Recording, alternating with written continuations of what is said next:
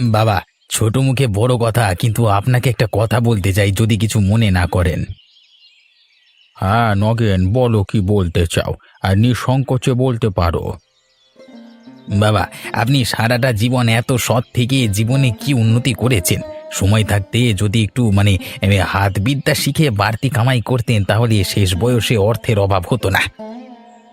আমি বুঝলাম না, হাতবিদ্যা মানে কি বোঝাতে চাইছো? একটু পরিষ্কার করে বলবে? হাত বিদ্যা অবশ্য অনেক প্রকারের হয়। আমি যেটা আপনাকে বলতে চাইছি সেটা হচ্ছে এক প্রকারের হাত সাফাই, হালকা চুরি চামারি, যেটা করতে গেলে কেউ টের পায় না আর কি। হরি হরি, আমাকে শেষমেশ চুরি করবার কথা বলছো? তোমার চিন্তাধারা দেখে অবাক হলাম। আপনি অস্থির হবেন না, ঠান্ডা মাথায় বিষয়টা চিন্তা করুন। আজকাল সৎ হয়ে লাভ নেই। বাড়তি রোজগার করতে হলে একটু আধটু এসব করতে হয়, বুঝলেন? না না, জীবনে কোনো দিনও এমন চিন্তা আমার মাথায় আসেনি, আর আসবেও না। তাই জন্যই তো আপনার এই দুর্গতি। কিচ্ছু করতে পারলেন না। ওই তো ভাঙা কুঁড়ে ঘর একখান, এটাই আছে শুধু। যদি যৌবনে এভাবে একটু বাড়তি রোজগার করতে পারতেন, তাহলে আপনার সংসারে অভাব অনটন হতো না। বলি, তুমি যে এত বড় বড় কথা বলছো, তাহলে তুমি ঘর জামাই হয়ে আমার কুঁড়ে ঘরে পড়ে আছো কেন শুনি? হাত সাফাই করে তুমিও তো অট্টালিকা বানিয়ে আমার মেয়েকে সেখানে তুলতে। বাবা, আপনার ধারণা নেই আপনি কি বলছেন। নেহাত আপনার মেয়ের প্রতি করুণা করে আমি আপনার বাড়িতে ঘর জামাই হয়ে থাকি। আমার হাত বিদ্যার জন্যই মাঝে মধ্যে ভালো মন্দ খেতে পারছেন, নইলে এ বাড়িতে থাকতে আমার বইই গেছে। বাবা, চুরি শব্দটা শুনতে কানে বাজে, তবে এই বিদ্যা না থাকলে আজকাল ভালোভাবে খেয়ে পড়ে চলা যায় না। তুমি তার জলজ্যান্ত প্রমাণ।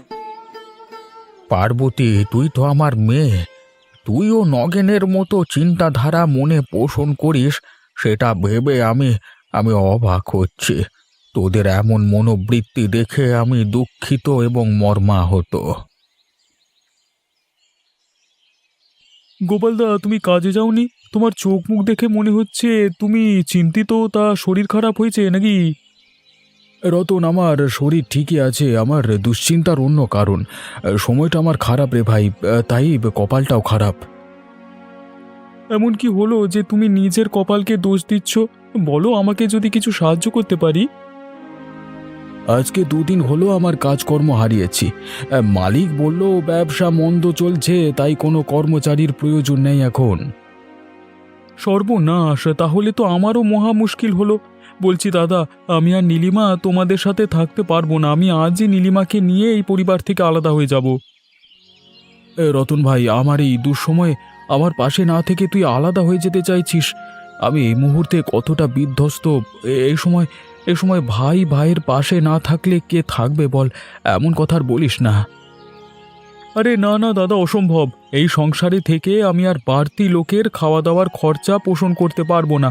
আরে এমনিতেই সংসারের প্রায় সমস্ত খরচ আমাকে দিতে হয়, তার উপর বাড়তি লোকের দুবেলা খাওয়া দাওয়ার খরচ, অসম্ভব। আমার এই দুঃসময়ে তুই আমাদের এই সংসার ছেড়ে আলাদা হয়ে চলে যেতে চাইছিস? ছোটবেলা থেকে তোকে কত স্নেহ করেছি, সামর্থ্য অনুযায়ী তোর সব চাহিদা পূরণ করবার চেষ্টা করেছি। আজকে আমার বিপদেও তুই এভাবে আলাদা হয়ে চলে যেতে চাইছিস? দাদা, এসব ঘ্যান ঘ্যানানি আমার আর ভালো লাগে না। আমি তোমার আর কোনো কথা শুনবো না।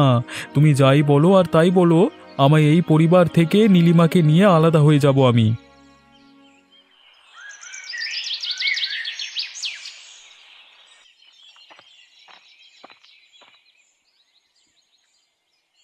আরে ও হরিপদ জেঠু, গাছতলায় একা একা বসে কি চিন্তা করছো?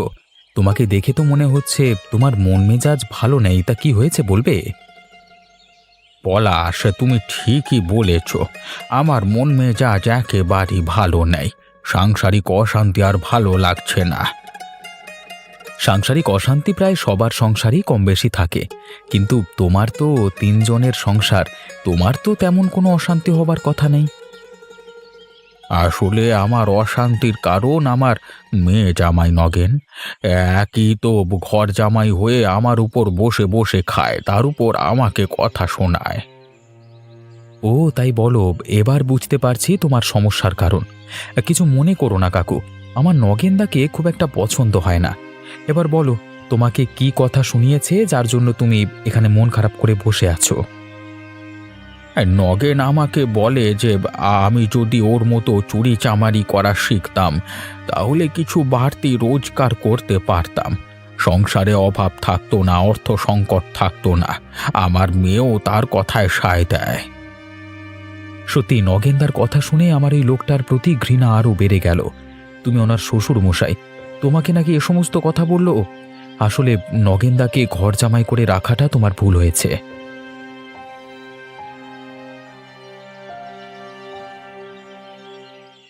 শুনছো, বলি কোনো কাজকর্মের সন্ধান পেলে? না লতা, আমি চেষ্টায় আছি, কিন্তু এখনো কিছু ঠিক হয়ে ওঠেনি। তুমি চিন্তা করো না গো, সময় আসলে সব ঠিক হয়ে যাবে। আমি বলি কি, তুমি রতনকে একবার বলো যে তুমি কাজ হারিয়েছো, যদি সম্ভব হয় কদিন তোমাকে একটু সাহায্য করতে। আমি কি আর রতনকে না বলে রয়েছি? রতন আমার ভাই, আমার ভালো মন্দ সবকিছুই ওর সাথে আলোচনা করি। তাহলে আর কোনো চিন্তাই নেই। রতন যখন জেনে গেছে, আর বেশি চিন্তা করো না। তুমি যথাসম্ভব চেষ্টা করো কোনো না কোনো কাজ একটা জোগাড় করতে। আমি নিশ্চিত তোমার চেষ্টা বৃথা যাবে না। লতা, তুমি যেটা ভাবছো আসলে তেমনটা নয়। রতন আমাকে কোনো সাহায্য করতে পারবে না, ও বলেছে। সে কি গো, রতন তোমার মুখের উপরে তোমাকে সাহায্য করতে পারবে না বলতে পারলো? হ্যাঁ লতা, রতন আরও বলল ও আর নীলিমা এই সংসার ছেড়ে আলাদা হয়ে যাবে।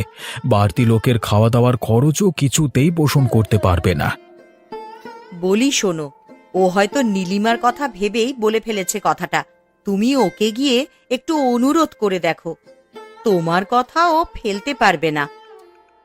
লতা, আমি ওকে অনেক অনুরোধ করেছি যাতে আমার এই দুঃসময়ে ও যেন বাড়ি ছেড়ে আলাদা না হয়ে যায়, কিন্তু পলাশ কিছুতেই আমার অনুরোধ রাখলো না। রতন তো এমন ছেলে নয়। আমি না হয় বাদই পড়লাম, কিন্তু তোমার কথা একবারও ভাবলো না যে ওর দাদা ওকে ছোট থেকে কত সাহায্য করেছে।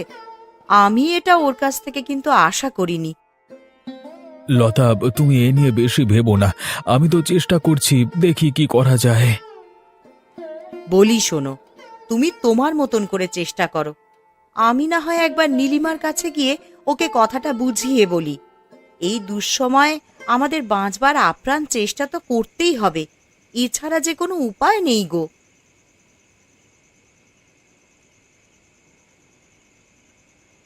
নীলিমা, নীলিমা,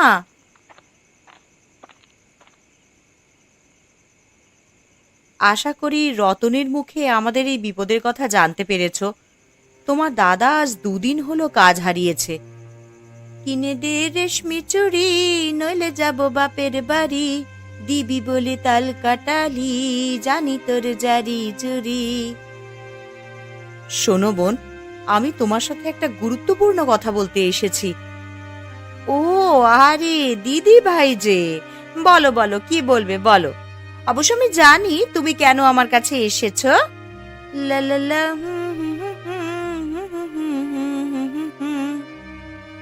তা জেনেই যখন গেছো, তাহলে রতনকে একবার বোঝাও না যেন ও বাড়ি ছেড়ে না যায়। আমাদের বিপদে তোমাদের আমি অনুরোধ করছি, এই বাড়ি ছেড়ে যেও না, আমাদের পাশে থাকো। তোমরা ছাড়া আমাদের যে আর কেউ নেই।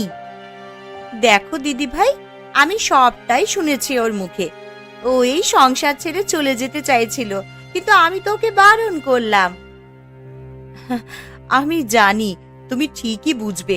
তোমাকে অনেক ধন্যবাদ আমাদের কথা রাখার জন্যে গো। এ কি দিদি, তুমি আমার পুরো কথাটা না শুনেই হাসছো?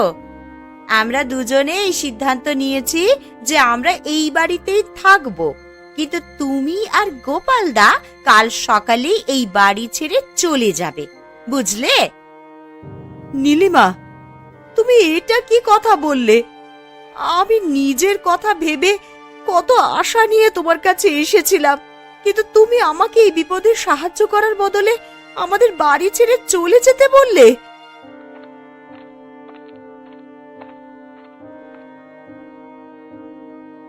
বৌদি, নীলিমা ঠিক কথাই বলেছে। এই নিয়ে বেশি কথা বাড়িও না। আজকে রাতটা থেকে যাও, তাতে কোনো সমস্যা নেই। কালকে ভোর হতেই দাদা সহ তুমি এই বাড়ি ছেড়ে চলে যাবে, বুঝলে? এই নগেন, পার্বতী, তোমাদের সাথে আমার কিছু গুরুত্বপূর্ণ কথা আছে।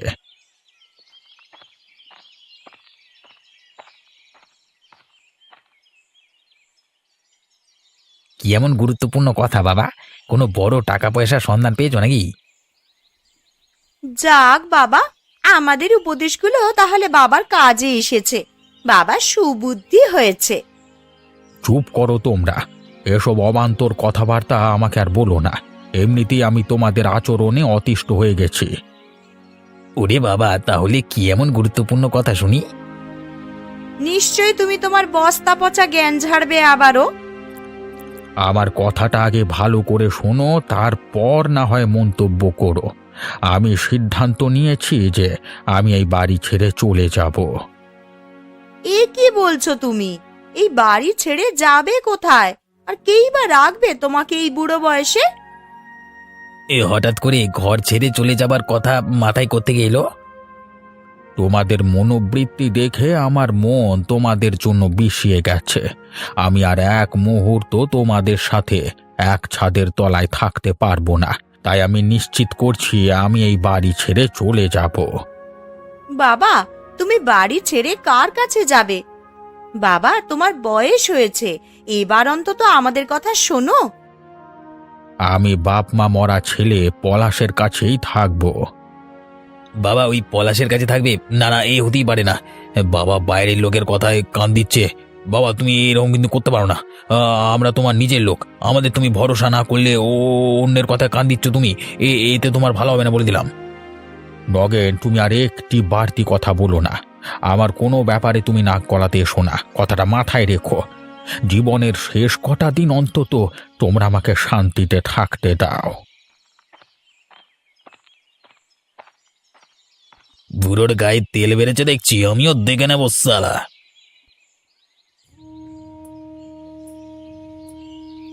লতা, এসো, আর কেঁদো না।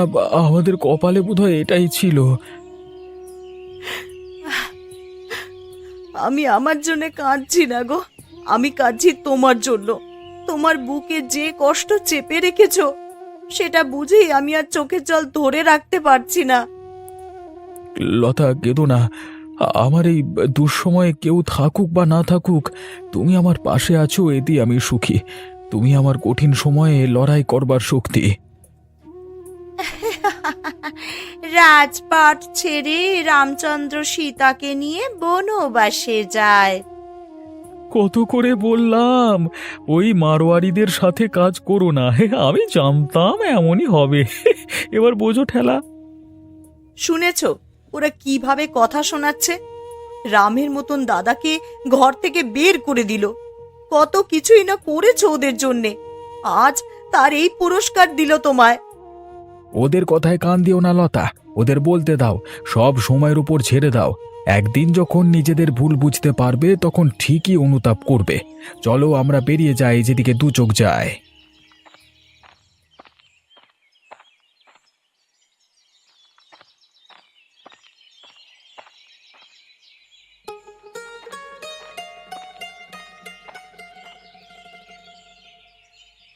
ও হরিপদ জেঠু, আমি খুব খুশি হলাম তুমি বাড়িতে এসেছো। সত্যি বলতে আমি আর ও বাড়িতে এক মুহূর্ত থাকতে পারছিলাম না। আর নগেন পার্বতীর কথাবার্তা আমাকে বিরক্ত করে দিচ্ছিল। তাই একটু শান্তি পাবার জন্য তোমার বাড়ি এলাম। বেশ করেছো জেঠু, আমার বাড়িতে তোমাকে স্বাগতম। আশা করি তুমি এখানে শান্তিতে থাকতে পারবে। এই যে পলাশ, খুব বার বেড়েছো তুমি। আমার শ্বশুর মশাইকে উল্টো পাল্টা বুঝিয়ে বাড়ি ছাড়া করেছো, আমি কিন্তু তোমাকে ছেড়ে দেবো না। নগেনদা, তুমি ভুল ভাবছো। আমার এমন কোনো উদ্দেশ্য নেই। হরিপদ জেঠু বয়োজ্যেষ্ঠ মানুষ, তার জীবনের প্রতি আমার থেকে অনেক বেশি অভিজ্ঞতা। ওনাকে আমি কি বোঝাবো বলো? চুপ, বেশি কপচাবি না। আমি জানি তুই মনে মনে অন্য ফন্দি এঁটেছিস। চুপচাপ বাবাকে বলো এখান থেকে বাড়ি ফিরে যেতে। উনি আমার বাড়িতে আশ্রয় নিয়েছেন, আমি কি করে ওনাকে বাড়ি ফিরে যেতে বলবো? ওনার যখন ইচ্ছে হবে উনি বাড়ি ফিরে যাবেন। ও, বাপ মাটাকে খেয়ে বসে আছো, এখন আমার শ্বশুর মশাইয়ের মাদারাও খাবে নাকি? চুপ করো বলছি, আর একটা কথাও মুখ দিয়ে বের করলে আমার থেকে খারাপ আর কেউ হবে না। আমি গ্রামের লোকজনকে জড়ো করে তোমার নামে অপবাদ দেব। এক্ষুনি এখান থেকে চলে যাও। আমাকে এভাবে অপমান করলেন? আমার নাম নগেন, আমিও দেখে নেব এই অপমানের শোধ আমি নেব। এমন ক্ষতি করব বাপের জন্মেও ভুলতে পারবেন না।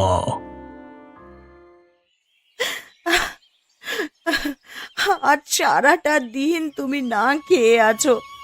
তুমি খিদে একদম সহ্য করতে পারো না। তোমার খুব কষ্ট হচ্ছে, আমি জানি। কষ্ট তো আমার হচ্ছে, তবে পেটে নয়, মনে।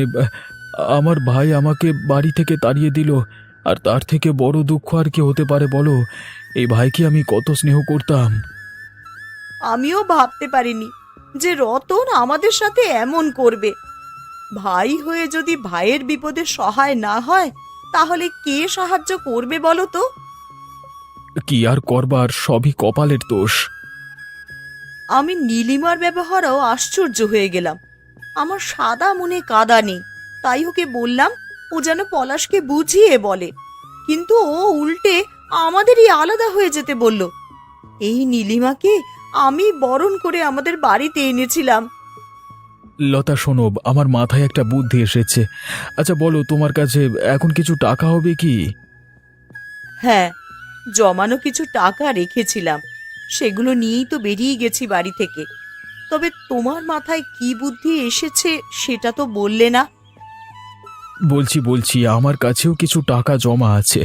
আমি ভাবছি এই টাকা দিয়ে যদি রুটি আর মাংসের দোকান দিই তাহলে কেমন হয়?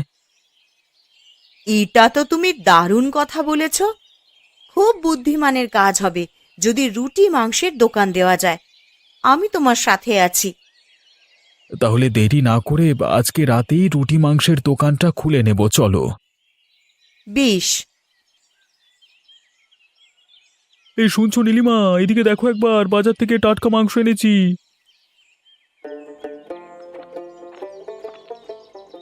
বাহ, ভালো তো। এটা বেশ ভালো কাজ করেছো গো। আমার আজ সকাল থেকেই না খুব মাংস খেতে ইচ্ছা করছিল। তাহলে দেরি না করে ঝটপট রান্নার ব্যবস্থা করে ফেলো। আরে আমি কুমড়ো গাছে মাছটা বেঁধে একেবারে স্নান সেরে আসছি, তারপর জমিয়ে মাংস রান্না হবে, হ্যাঁ ঠিক আছে? যাও যাও, তাড়াতাড়ি কাজ সেরে স্নান করে এসো। ততক্ষণে আমি মাংসটা বেশ ঝাল ঝাল করে রেঁধে ফেলি। আরে বেশ বেশ, তুমি রান্না করো, আমি কাজ সেরে আসছি।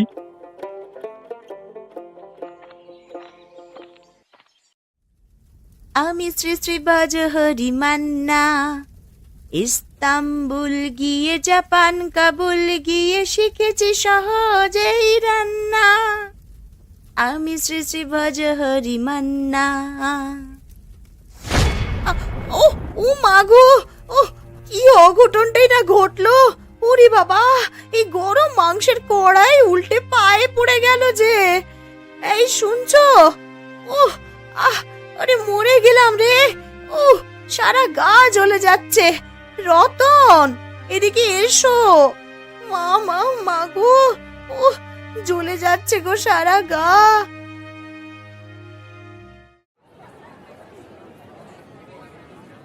জেঠু, এই দেখো রুটি মাংসের দোকান। এই চলো চলো, ওই দোকানটায় গিয়ে সকালের জলখাবারটা সেরে নি। বেশ বেশ, তাই চলো। এই মনে হচ্ছে নতুন দোকান দিয়েছে, এরকম ঝাঁ চকচকে দেখাচ্ছে। আহা, মাংসের দারুণ গন্ধ পাচ্ছি। আমি আর লোভ সামলাতে পারছি না গো।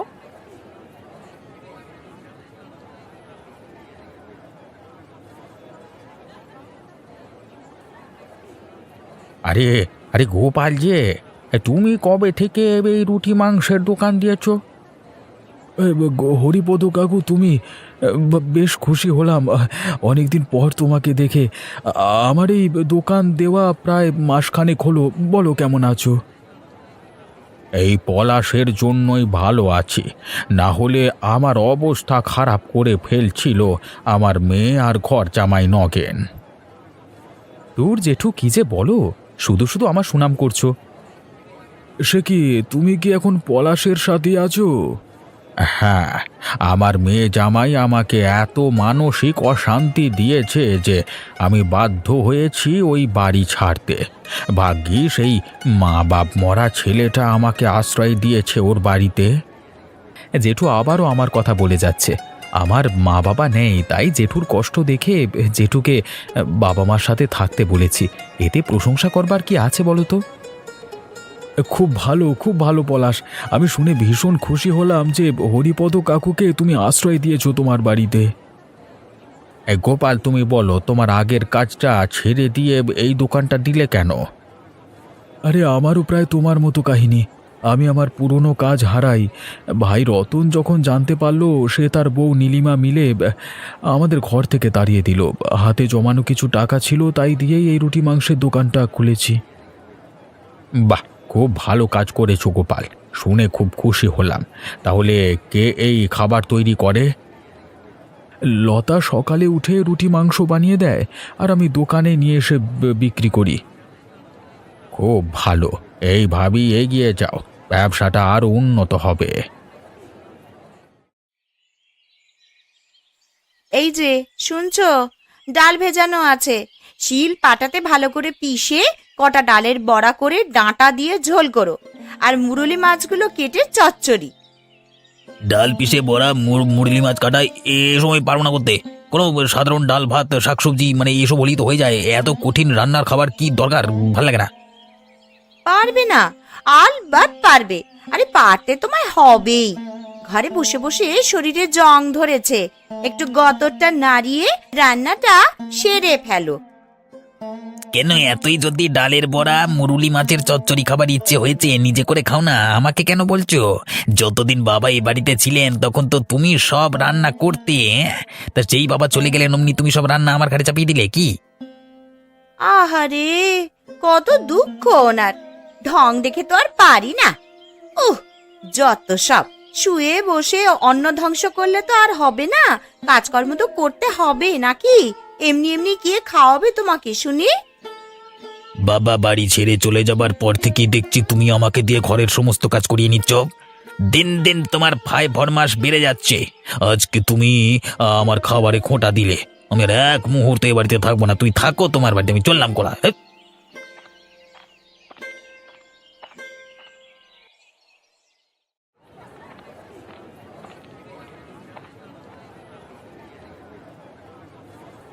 দাদা বৌদি, আমার বড় বিপদ হয়ে গেছে। আজকে নীলিমা মাংস রাঁধতে গিয়ে খুব গরম মাংসের কড়াই ওর গায়ে পড়ে যায়। নীলিমার সারা গায়ে ফোঁসকা পড়ে গেছে, জ্বালা যন্ত্রণায় ছটফট করছে। তোমরা বাড়িতে এসে আমাকে সাহায্য করো। আরে এত বড় একটা অঘটন হয়েছে নীলিমার সাথে, শুনে আমার ভীষণ খারাপ লাগছে। নীলিমাকে ডাক্তার বা কবিরাজের কাছে নিয়ে গেছিলিস কি? কি করে নিয়ে যাব বলো? নীলিমা যে বিছানা থেকে উঠতেই পারছে না। দাদা চলো, ফিরে চলো।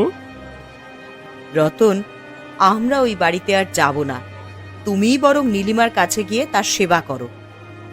দাদা বৌদি, আমি জানি তোমরা আমার উপর রাগ করে আছো। আমি তোমাদের সাথে অনেক দুর্ব্যবহার করেছি। আসলে নীলিমার কথা শুনেই আমি এমন আচরণ করেছি তোমাদের সাথে। আমার ভুল হয়ে গেছে, আমাকে ক্ষমা করে দাও। রতন, আমরা কারোর উপর রাগ পুষে রাখিনি। জীবন আমাদের অনেক বড় শিক্ষা দিয়েছে, তাই অন্যের কথায় মাথা না ঘামিয়ে নিজের কাজে মন দিচ্ছি। বৌদি, তুমি একবার দাদাকে বুঝিয়ে বলো না। তোমরা সবাই চলো আমার সাথে। আমি তোমাদের ফিরিয়ে নিয়ে যেতে এসেছি। আমরা আবারও একসাথে সুখে মিলেমিশে থাকবো। রতন, এটা সম্ভব নয়। আমরা অনেকটা পথ পেরিয়ে এসেছি, এখন আর ফিরে তাকাতে চাই না। বৌদি, আমি আমার কার্যকলাপের জন্য দুঃখিত। আমাকে একটিবার সুযোগ দাও। তোমরা চলো, ফিরে চলো। না ভাই, আমাদের পক্ষেও বাড়িতে ফেরার কোনো পরিকল্পনা নেই। আমি কটা রুটি আর মাংস প্যাক করে দিচ্ছি, তুমি আর নীলিমা খেয়ে নিও। ধন্যবাদ বৌদি, কিন্তু খাবারের চেয়ে তোমাদের বাড়ি ফেরত নিয়ে যাওয়ার ইচ্ছেটা তোমরা অগ্রাহ্য করলে গো। রতন, বললাম তো আমরা আর কোনো দিন ও বাড়িতে ফিরে যাব না। এবার তুমি এসো কেমন, আমাদের অনেক কাজ পড়ে আছে।